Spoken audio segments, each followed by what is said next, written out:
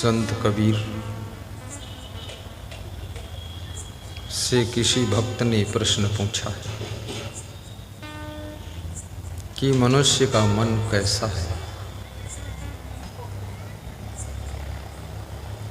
मन का स्वरूप कैसा है।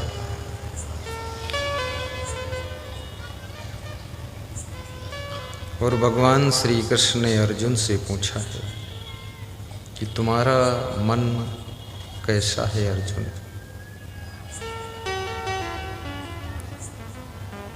कबीर उत्तर दे रहे हैं,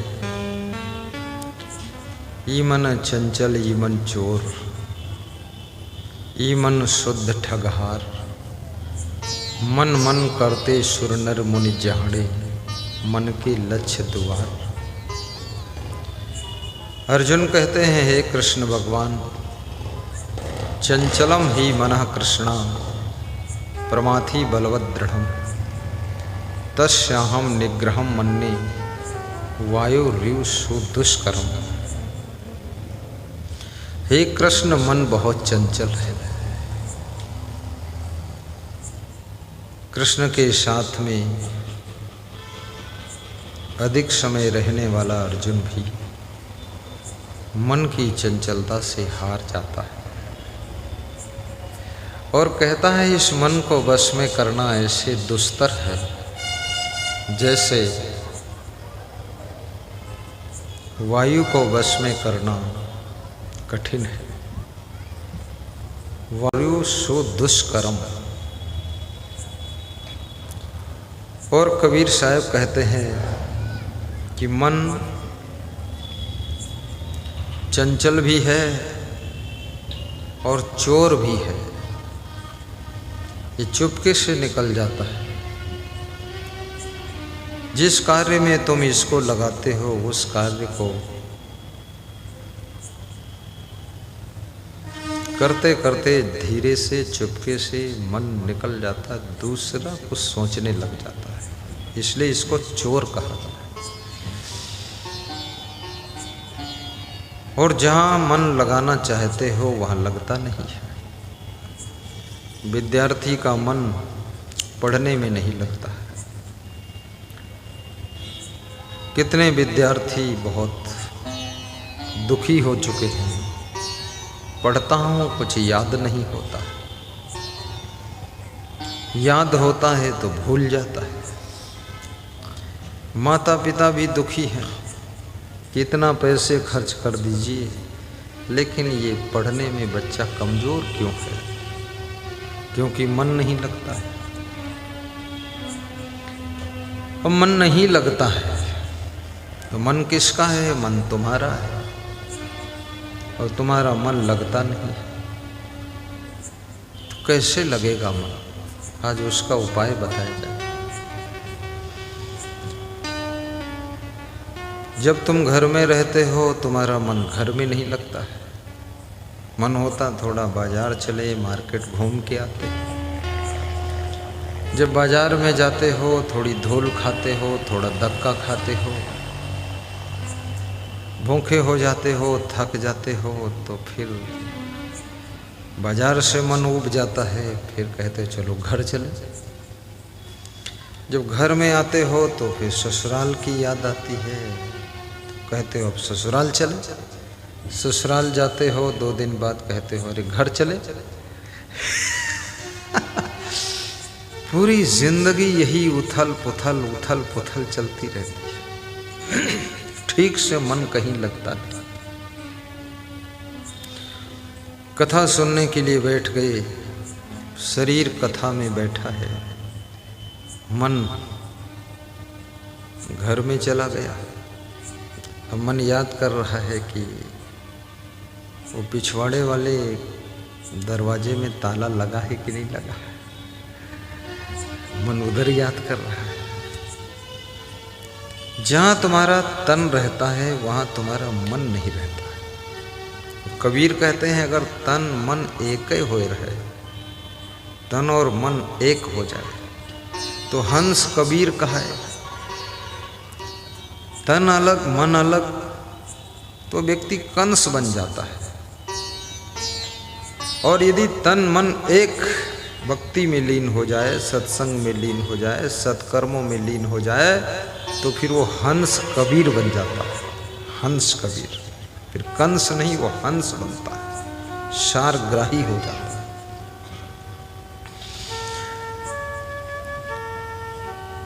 सारा खेल जिंदगी में मन का खेल है,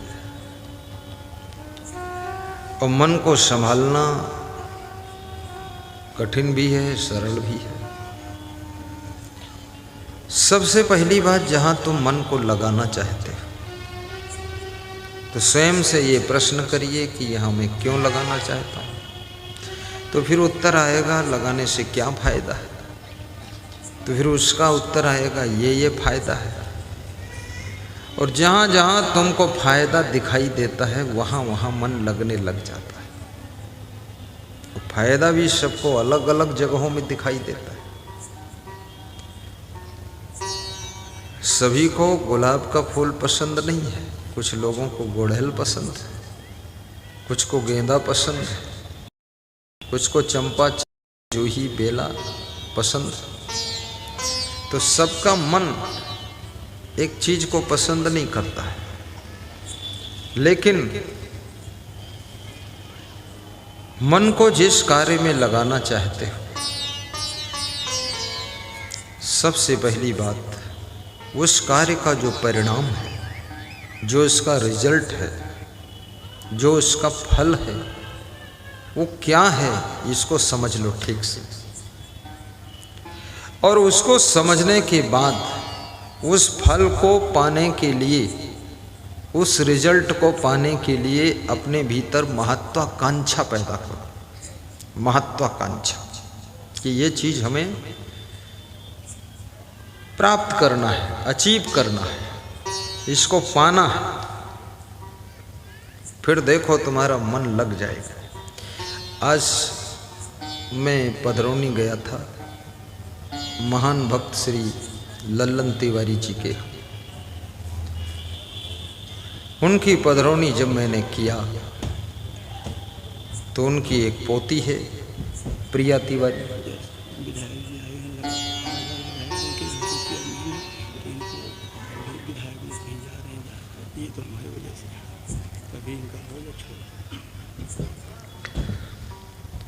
तो मैंने पूछा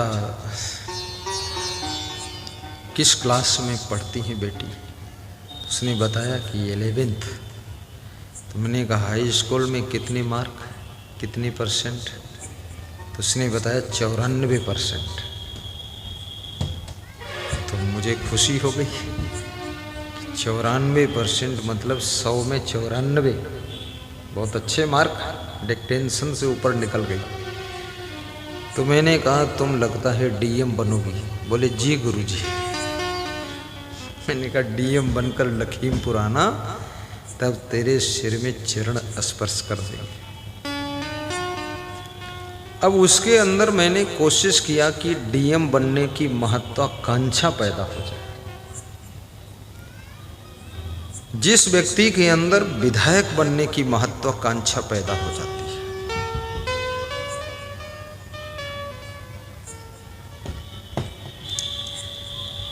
जैसे हमारे श्री दुर्गा प्रसाद यादव जी 7-8 बार विधायक रहे। 1985 से आज तक उनके पुत्र श्री विजय यादव जी जिला पंचायत अध्यक्ष हैं।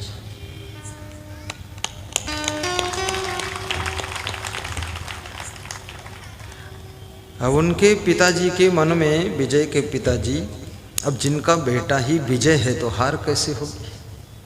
बहुत बढ़िया नाम है दुर्गा प्रसाद के ऊपर दुर्गा देवी की बड़ी कृपा, और फिर बेटा विजय। 8 बार विजय हो चुकी है, ये बहुत बड़ी बात है। क्योंकि 8 बार एक ही नेता को स्वीकार करना, इसका मतलब उसमें कोई खास प्रतिभा है, तभी, नहीं तो लोग तो डिस्टर्ब हो जाएंगे। तो आपके अंदर जो महत्वाकांक्षा है, आप क्या बनना चाहते हैं, क्या पाना चाहते हैं, किस लक्ष्य तक पहुंचना चाहते हैं, ये यदि महत्वाकांक्षा जागृत हो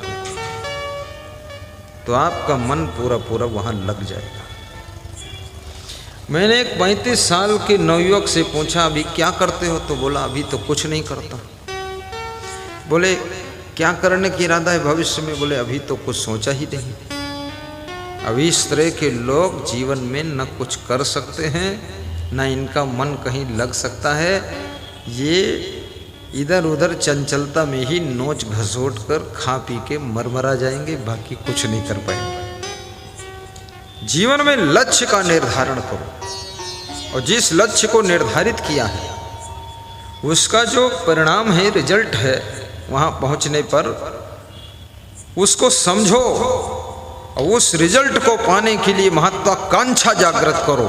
फिर देखिए आपका तन मन उसी में डूब जाएगा, तुमको और कुछ दिखाई ही नहीं देगा। अर्जुन जैसे मछली की आंख को देखता था, ऐसे तुमको केवल लक्ष्य दिखाई देगा और मन स्थिर हो जाएगा और अपनी मंजिल को तुम पा जाओगे।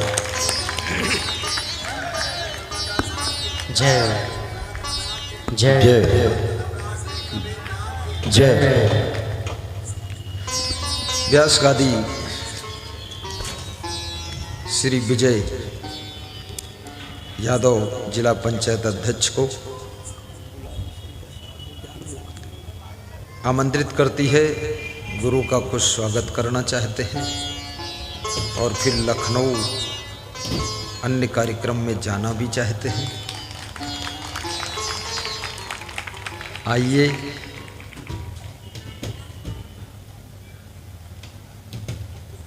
वाह क्या बात, श्याम सलोनी मूरत।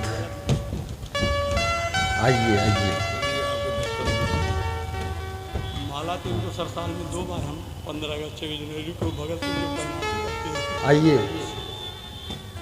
अब आप जब दोबारा माला लाना तो हमें पहनाना। प्रधानाचार्य जी, ये प्रधानाचार्य हैं, देखिए कितने अच्छे। कप्तानगंज से यहाँ से आके ये आशीर्वाद आशीर्वाद। विधायक जी को सर सदा विधायक रहने के लिए क्या बात है। ये ताली बजा दो, ताली। जोरदार तालियों से स्वागत करिए। आज गुरु के चरणों में स्वागत हो रहा है विधायक जी का, ये बहुत बढ़िया। तुम ही मेरे मंदिर, तुम ही मेरी पूजा, तुम ही देवता हो, तुम ही देवता हो, तुम ही मेरी मेरे कन्हैया, तुम ही हो जीवन की नैया मैया, तुम ही हो। तुम ही मेरी मंजिल, तुम ही मेरी पूजा, तुम ही देवता हो, तुम ही देवता हो। तो मैं मन की चर्चा कर रहा था। कबीर कहते ही मन चंचल, मन का स्वभाव ही चंचल है। जैसे बंदर, राजस्थान में लोग मन को बंदर कहते हैं। बंदर किसी डाल पर स्थिर नहीं बैठता, हाथ हिलाएगा, मोड़ हिलाएगा, पूंछ हिलाएगा, इधर कूदेगा, उधर झांकेगा। तो राजस्थान में भक्तगण गीत गाते हैं तो कहते हैं कि मन मारा बांदरो रे, घनी छलांगा मारे। मेरा मन बंदर है, बहुत छलांगे मार रहा है। ये छोटी मोटी बात नहीं, छलांग मारना। लेकिन बंदर भी जब समझदार बन जाता है ना, ट्रेनिंग पा जाता है, तो मदारी के अनुसार नाचने लगता है, तो बंदर से भी कमाई हो जाती है। 5,000 भंडारे में दी थी पहले, और गुरु जी के चरणों में दुर्गा प्रसाद विधायक जी ने, आप जो शाम को भंडारा ग्रहण करेंगे उसमें 11,000 और हमको दिया है 5100। बस दुर्गा प्रसाद जी बहुत बढ़िया, बहुत बढ़िया। नहीं देखिए कितना भंडारे में सेवा अलग। वो समझते थे भंडारे में दोगे तो गुरु जी को नहीं मिलेगा, और गुरु जी को दोगे तो भंडारे में नहीं जाएगा। 2 विभाग अलग है, तो अलग अलग दिया है। तो भंडारा के लिए 11,000, मेरे लिए 5100। ताली बजा।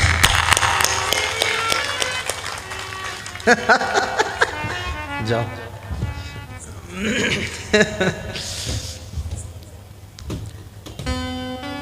तो ये मन आपका मन है, और सबके पास में एक एक मन है। और कबीर ने मन के बारे में ये भी कहा है। विजय मौर्य जी बनारस, ध्यान दें, कबीर मन तो एक है, चाहे जहां लगाओ, चाहे गुरु की भक्ति करो, चाहे विषय कमाओ। चाहे गुरु की भक्ति करूं, चाहे विषय कमाओ। 2 बातें बताया है। इस मन से चाहे गुरु भक्ति कर लो, और चाहे संसार के विषयों को भोग लो। मन एक है। मन तुम जहां लगाते हो ये निःशुल्क सेवा करता है। और मन की विशेषता है, ये कभी थकता नहीं, रुकता नहीं, जुटा रहता है। इसलिए मन से खूब काम लीजिए। और मन इतना तेज है कि झट से इधर से उधर सोचने लग जाता है। परंतु मन को यदि संभालने की कला आ गई तो ये मन आपके जीवन को मंदिर बना देगा। ये मन कोई साधारण चीज नहीं। वही मन राम के पास था, राम को भगवान बना देता है। वही मन रावण के पास था, रावण को राक्षस बना देता है। वही मन सुपर्णखा को था, उसके पास भी वही था, सुपर्णखा की नाक कटा देता है। और वही मन सीता जी के पास था, सीता जी को पूजनीय बना देता है। वही मन मेरे पास है, वही मन तेरे पास है, वही मन सबके पास है। कौन अपने मन पर कितना काबू करता है, कौन अपने मन को कहाँ लगाता है, और कौन अपने मन में क्या क्या सोचता रहता है, इसका सारा रिजल्ट हमें आपको तुरंत प्राप्त होने लग जाता है। कबीर मन तो एक है, चाहे जहां लगाओ। स्वतंत्र हैं आप, चाहे जहां लगा दीजिए। चाहे गुरु की भक्ति करो, चाहे विषय कमाओ। पढ़ने में मन को एकाग्र करना भी सीखो। यदि एकाग्र करना सीख गए ना, तो आपका मन 100 चौपाई रोज याद कर लो। 100 चौपाई। एक दिन मैंने रात में प्रण लिया कि आज 29 श्लोक याद करूंगा गीता के। आज के 25-30 साल पहले शुरू किया, सिर्फ 1 घंटे में 29 याद हो गए। रात में 11 बजे स्टार्ट किया, 12 बजे फाइनल। आज तक वो भूले ही नहीं। क्यों? प्रण था, प्रतिज्ञा थी। श्लोक कठिन नहीं है, बस संकल्प होना चाहिए। इंग्लिश भी कोई कठिन नहीं है, आपकी प्रतिज्ञा होनी चाहिए। अतिशय रगड़ करई जो कोई, अनल प्रकट चंदन से हुई। हमारे यहाँ एक संत था, वो मेरे से निवेदन किया मैं गाड़ी चलाना सीखूंगा। तो मैंने ट्रेनिंग वाले को दिया कि भाई इसको सिखाओ। ट्रेनिंग वाले ने 3 दिन में कह दिया ये कभी नहीं सीख पाएगा, डरता बहुत है, सामने से गाड़ी कोई आती है तो घबरा जाता है। उसको रिजेक्ट कर दिया, बोले इसको नहीं सिखाऊंगा। फिर मुझसे बोला मैं सीखूंगा जरूर। तो मैंने दूसरे के साथ भेजा, इसको सिखाओ। तो उसने कहा सीख जाएगा पर टाइम लगेगा इसको। तो तीसरे के साथ भेजा, तो उसने कहा ये जरूर सीख जाएगा, बहुत अच्छी चलाएगा। मैंने कहा तू सबसे टॉप चलाएगा। आज वही संत मेरी गाड़ी का ड्राइवर है, मुझे बिठाकर वही ले जाता है। वो जब चलाता है तो मुझे ऐसा लगता है गाड़ी बेडरूम है, गाड़ी नहीं बेडरूम में बैठे। निश्चिंत सो जाता है, लेट जाता है, क्योंकि उसने अतिशय रगड़ मारा है। अभ्यास, दृढ़ संकल्प। अतिशय रगड़ करई जो कोई, अनल प्रकट चंदन से होई, अनल प्रकट चंदन से होई। हर विद्यार्थी को चाहिए कि कसम खाकर पढ़ाई शुरू करे। समोसा खाकर नहीं, कसम खाकर कि पढ़ूंगा, टॉप करूंगा, डीएम बनूंगा, डॉक्टर बनूंगा, गुरुदेव का बहुत बड़ा भक्त भी बनूंगा। ये संकल्प लीजिए आप। और जो बनना चाहते हो उसका फायदा भी दिखना चाहिए आपको। यदि आप अच्छे अंकों से सफल होते हैं तो आप डॉक्टर भी बन सकते हैं। डॉक्टर बनेंगे, अगर 100 मरीज आप दिन भर में देख रहे हैं और एक मरीज की फीस 500 रुपये, तो आप 50,000 डेली कमा रहे हैं। और यदि आप पढ़ाई नहीं करेंगे और डॉक्टर नहीं बनेंगे, कुछ नहीं बनेंगे और राजगीर मिस्त्री बनेंगे तो 500 रुपये डेली कमाओगे। कहाँ 500, कहाँ 50,000। और यदि मिस्त्री भी नहीं बन पाए, बहुत ज़्यादा भोंगड़ दिमाग है, कुछ करने की रुचि नहीं है, तो 250 रुपये के लेबर बनोगे। 250 रुपये के। अब सोचो, एक आदमी 50,000 रुपये डेली कमा रहा, दूसरा 500 रुपये डेली धूप में खड़ा होकर ईंटें लगा रहा, तीसरा ईंटें ढोकर उसको देता वो 250 रुपये। कितना फर्क है। मेहनत सबसे ज़्यादा ये लेबर कर रहा है, मेहनत ये राजगीर मिस्त्री ज़्यादा कर रहा है, लेकिन पैसा एयर कंडीशन में बैठा है कौन? वो डॉक्टर। वो 50,000 डेली कमा रहा है। क्यों? क्योंकि उसने अपने मन को एकाग्र किया था, मन को कंट्रोल किया था और कसम खा करके पढ़ाई में पूरा मन लगाया था। इसलिए आज वो डॉक्टर है और 1 घंटे में वो 10,000 कमा रहा है। अभी मैं नेपाल गया था, श्री जगत राम श्रीमती गंगोत्री देवी ने आमंत्रित किया, विजय कुमार, नेकमल आदि आदि, जीत बहादुर शिक्षक, कौशल कुमार। तो जो नेपाल में आँख अस्पताल है उसका वो मुख्य अधिकारी है, मेन, और पूरे नेपाल राष्ट्र का सबसे बड़ा एडवोकेट भी है। और बोल रहा था 40,000 फीस पहले ले लेता हूँ, तब केस लेता हूँ और लड़के देता हूँ।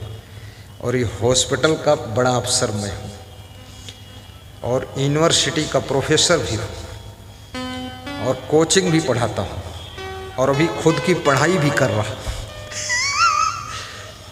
और जब वो छोटा था 15 साल का, तो मैं जाता था तो मेरे साथ कमंडल लेकर के वो खेत तरफ जाता था, बगीचे में हम दोनों बैठते थे, उसको हम थोड़ा सत्संग सुनाते थे।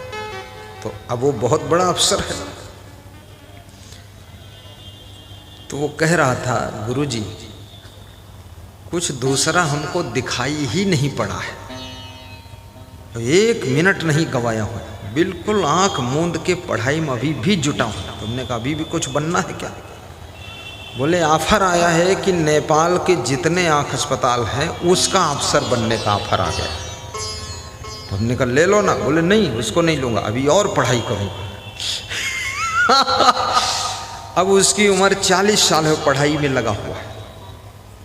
ये 14 साल के बच्चे खेल कूद में लगे हुए, कोई ताश खेल रहा है, कोई पुड़िया खा रहा है, कोई उधर गाना गा रहा है, कोई बाल कटिंग कर रहा है, कोई अपने गाल बाल देख रहा है, कोई गाल में बाल कितने हैं दाढ़ी में वो गिन रहा है।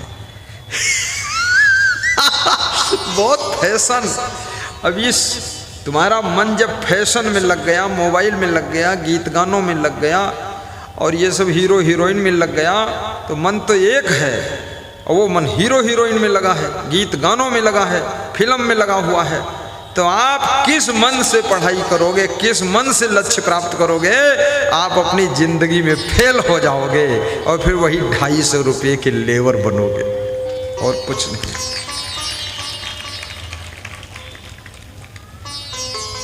इसलिए मन को पढ़ने में लगाओ। अब पढ़ने में सबसे बड़ा सुख है। उत्तर प्रदेश के पिछले चुनाव में जो चुनाव के अधिकारी थे, निर्वाचन अधिकारी, पूरे यूपी के, गुरुदेव के बहुत बड़े भक्त हैं। तो मैंने उनसे पूछा, तुम कैसे IAS परीक्षा दिए और क्रॉस किए? बोले, गुरुदेव गरीब घर का आदमी था, रेड्डी परिवार का, ज़्यादा अमीर नहीं थे, तब भी 75 एकड़ ज़मीन थी, लेकिन गुरुजी पढ़ने मन लगता ही नहीं था। तो बीच बीच खेत में चला जाता था, गन्ना वन्ना खाता था, घूमता था, थोड़ा काम करता था। जब मन नहीं लगा तो पिताजी ने कहा, ऐसा करो तुम पढ़ाई बंद करो, खेत में ज़्यादा मन लग रहा तो इसी में जुट जाओ। तो मेरे को भी अच्छा लगा कि पढ़ाई छुट्टी मिल गई, बस बढ़िया है, खेत में जुटा दिया। 2-3 दिन तो अच्छा लगा। फिर सुबह ले जाते थे पिताजी, तो शाम तक वहीं खेत में हमको रगड़ के काम लेते थे। तो बोले, मैं बहुत काला काला हो गया धूप में और धूल में सब रंग बदल गया। बोले 2-3 महीने बाद मैं पिताजी से कहा, मैं पढ़ाई करूँगा, मैं तो अभी इसमें नहीं रहूँगा आपके साथ। तो बोले, नहीं, अब ये साल इसी में जुटना है। बोले, साल भर मुझको बहुत काम लिया उन्होंने, बहुत रगड़ा, मिट्टी भी ढोया, गोबर भी ढोया और भैंस भी चरवाया सब करवाया। तो फिर मैं सोचा, पढ़ने में तो बहुत आराम थी, कुर्सी बैठते थे और सामने टेबल थी और कलम से लिखते थे और पंखा भी चलता था, ये कहाँ लफड़े में फंस गए। बोले, बस अगले साल पिताजी ने पूछा कि पढ़ोगे कि खेती करोगे? बोले, खेत की तरफ मुड़ के नहीं देखूंगा, पढ़ूंगा। बोले, फिर मुझे पढ़ाई के महत्व का पता चला, पढ़ना शुरू किया। एक बार में ही IAS परीक्षा क्रॉस किया और टॉपर IAS हूँ मैं, और किसान का बेटा हूँ, और मैं कमिश्नर निर्वाचन अधिकारी श्री L वेंकटेश्वर लू। बोले कि इसमें मुझे अधिकारी बनाया गया है। तो हमने कहा, इतने सब DM कैसे डील करते हो? बोले, सब बहुत बुद्धिमान व्यक्ति है। फिर हमने कहा, भक्ति में कैसे लग गए? बोले, उत्तर काशी में मैं DM बनकर गया था, तो वहाँ जो है साधु संत मिल गए, तो उनसे प्रभावित हो गया। तो मैंने श्रीमद् भगवत गीता याद किया, फिर रामायण याद किया, फिर लखीमपुर DM बनकर आए तो आप मिल गए, तो कबीर का बीजक भी याद किया। पूरी गीता याद है उस कमिश्नर को, रामायण भी आधी याद है, और कबीर के दोहे भी 200-400 याद किया है, और उपनिषद याद किया है, सांख्य योग याद कर रहे हैं, और बहुत तगड़ा वक्ता भी है वो। तो मैंने कहा, आप इतना सब ये जिला और कमिश्नरी सब डील करते हुए याद कैसे करते हो? तो मेरे साथ 8 दिन के लिए आंध्र प्रदेश गए थे, विशाखापट्टनम। तो वहाँ का कमिश्नर उनका दोस्त था, तो उसने स्वागत के लिए बुलाया, प्रवचन रखा। तो मेरे से बैठा बैठा कह रहा था, अरे यार इसको याद कैसे इतना होता है? बोले, मैं भी कमिश्नर हूँ, मेरे को याद ही नहीं होता। बोले, इतना श्लोक इसको याद है, इसका दिमाग कितना तेज है। लेकिन मैंने उनको एक चीज़ देखा है, बहुत कम खाते हैं। याद शक्ति अगर बढ़ाना है, आज से संकल्प लीजिए, कम खाना शुरू कर दीजिए। जितना ज़्यादा खाओगे, बुद्धि की स्मरण शक्ति घटती चली जाएगी। कल भी बताया था ये बात। और शाम को खाने के बाद 10 मिनट टहलिए भी। ऐसा नहीं कि ढोल की तरह लुढ़क गए बिस्तर पर, नहीं नहीं, 10 मिनट टहलना है। पेट की मोटर में खाने की सवारी कम भरो, पेट की मोटर में खाने की सवारी कम भरो, पेट की मोटर में खाने की सवारी कम भरो, की सवारी कम भरो, फेल हो जाएगी ओवर लोड हो जाने के बाद। मथुरा से बहुत बड़े कथाकार आ जाए, पंडित गणेश भागवत कथाकार, वहाँ कुर्सी बिठा लो अपने पास। और दूसरे एक और कथाकार हैं, पंडित श्री उपाध्याय अशोक जी, वो भी बैठो। कथाकार हम भी, कथाकार तुम भी, हम प्रवचनकार तुम कथाकार, दोनों का काम है समाज का आकार सुधारना। कथाकार, प्रवचनकार, पत्रकार, चित्रकार, कलाकार, काव्यकार, गद्यकार, गीतकार, ये जिनके नाम के आगे कार कार शब्द लगा हुआ है, अगर ये सभी जागृत हो जाएं और संयम नियम की पटरी पर चलने लग जाएं तो पूरे जगत का आकार बदलने की इनके अंदर सामर्थ्य होती है। क्योंकि ये चित्रकार, पत्रकार, प्रवचनकार अपने माध्यम से, प्रवचन के माध्यम से जगत का आकार बदलता है।